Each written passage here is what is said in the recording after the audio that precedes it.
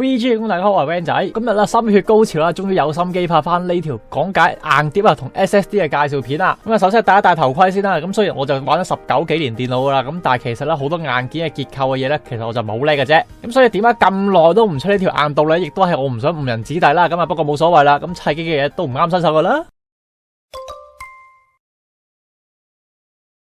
好啦，咁啊一開始我哋要講咧，就係先講翻硬碟同 SSD 嘅運作結構先啦。咁喺1956年啦 ，IBM 就整咗一部啦，得5 M 嘅雪櫃出嚟。咁啊，呢部咧亦都係硬碟嘅原型啊。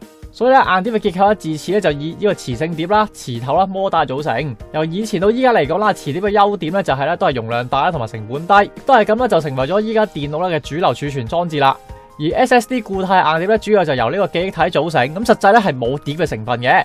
咁主要原因啦，就係因為啦手指同 SD 卡呢類嘅記憶體嘅發展，由於容量越嚟越大啦，而且讀寫速度啦比硬碟高，咁所以早幾年就開始有利用呢種記憶體咧做 SSD 啦。咁既然都有 SSD 咧，咁點解仲要用 hard disk 咧？咁其實咧兩種產品咧都有各自嘅缺點嘅。咁硬碟咧，因為咧要用咗摩打嘅機械結構啦，咁用電量就比較多，咁啊加上咧佢轉嘅時候咧會有噪音，咁同時會產生熱力，咁一般嚟講咧有咩碰撞咧都會更加有機會撞壞啦。雖然咧 hard disk 聽落去咧就咁差啦，咁但係 SSD 咧其實都唔係好多嘅啫。因為咧 SSD 用嘅記憶體咧整體嘅壽命咧只係得佢嘅容量嘅10萬次左右嘅寫入嘅啫。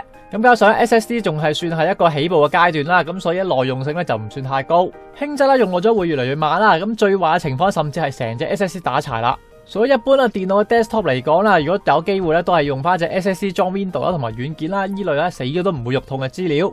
而硬碟咧就用嚟 save 翻啲容量大而且重要嘅多媒體。聽完初步嘅介紹，如果你都仲係聽到一嚿雲嘅話咧，咁我就建議你睇其他片啦。咁因為咧下一集咧我哋會深入講解下儲存嘅歷史同埋發展。最後啦，如果你覺得呢條片係有用嘅話，就俾我 like 同埋 share 出去。咁仲有就係訂閱翻我哋嘅 channel 同埋讚好翻個 Facebook 啦。咁我哋下次見，好完。